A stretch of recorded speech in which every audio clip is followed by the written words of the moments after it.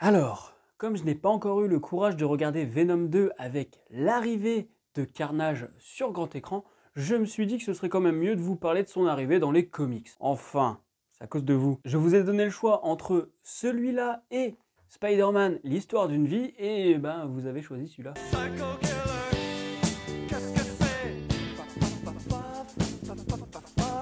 Aujourd'hui sort Spider-Man No Way Home et au moment où sort cette vidéo, je suis certainement devant en train de me tirer les cheveux. Rendez-vous dans quelques jours pour en parler. Bref, pour l'occasion, j'ai décidé de vous parler du Marvel classique numéro 6 avec la première apparition de Carnage. 5,90 €. C'était le bon temps. C'est presque sa première apparition car il a fait un caméo dans le Amazing Spider-Man numéro 359. Ce Marvel classique contient les 3 premiers numéros où Spider-Man va affronter Carnage pour la première fois, c'est-à-dire les Amazing Spider-Man 361, 362 et 363. Et juste avant, on a une aventure en 2 épisodes qui explique comment Venom s'est retrouvé sur une île déserte, et à la fin un petit épisode qui explique comment il s'échappe de la prison. J'avoue que ça aurait été pas mal de mettre la rencontre avec Cassidy en prison avant tout ça, plutôt que l'évasion de Venom.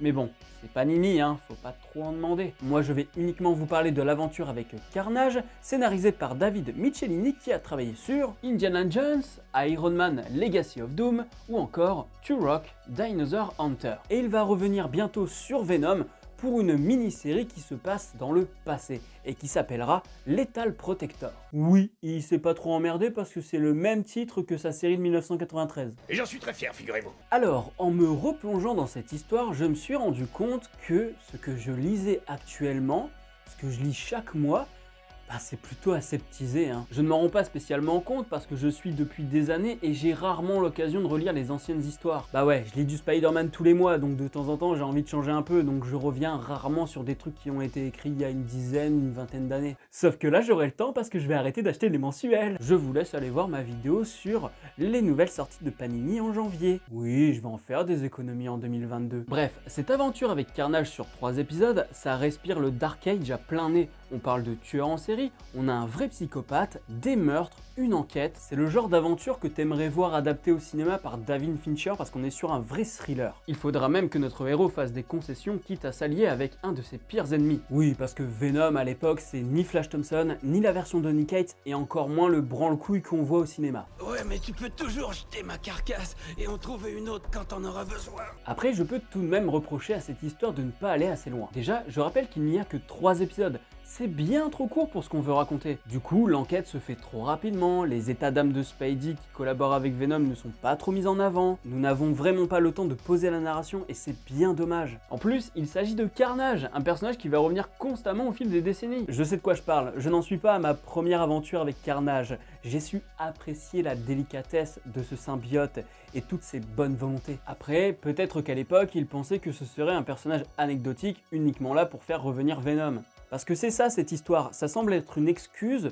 pour expliquer comment Venom va quitter l'ermitage sur une île. D'où l'importance dans ce Marvel classique d'avoir montré comment il s'est retrouvé exilé sur cette île. Donc non, Panini ne fait pas que de la merde. Et donc je pense qu'ils n'ont pas voulu aller trop loin avec Carnage, se rabattant sur une valeur sûre de l'époque, Venom. En tout cas, ça reste du Dark Age, bien crasseux, borderline, qui fait du bien à lire 30 ans plus tard. Surtout si tu connais les symbiotes uniquement par le biais des 2 films.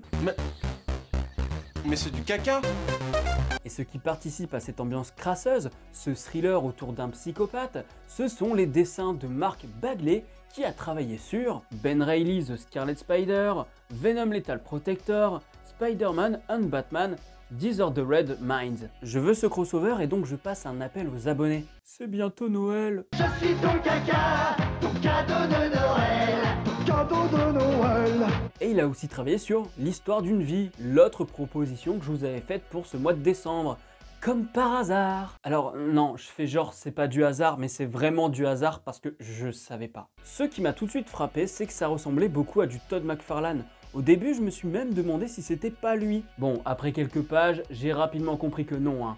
On sent que c'est dans la continuité, mais que ça n'atteint pas le niveau de Todd McFarlane. Et attention, Bagley est très bon, seulement il n'atteint pas le niveau de ce monstre qui a réinventé Spider-Man et même Batman avec cette cape qui est incroyable. Ah bah ça me rappelle que je dois lire ça, tiens. Bref, si c'est dans la lignée de Todd McFarlane, il est souvent représenté de manière inquiétante, dans la pénombre. Ses yeux lui donnent un air sérieux, voire terrifiant. Voilà, c'est pas des rigolons quand même. Et on sent bien qu'on est dans les années 90, hein, parce qu'il y a des vieux PC, il y a la crinière de Mary Jane, il y a les fringues. Et au-delà de ça, on a aussi les coups de crayon qui peuvent déborder, les couleurs de Bob Sheren qui bavent un peu ou qui manquent sur des petits détails. Ah bah oui, hein, aujourd'hui tout est fait sur Photoshop, tout est propre.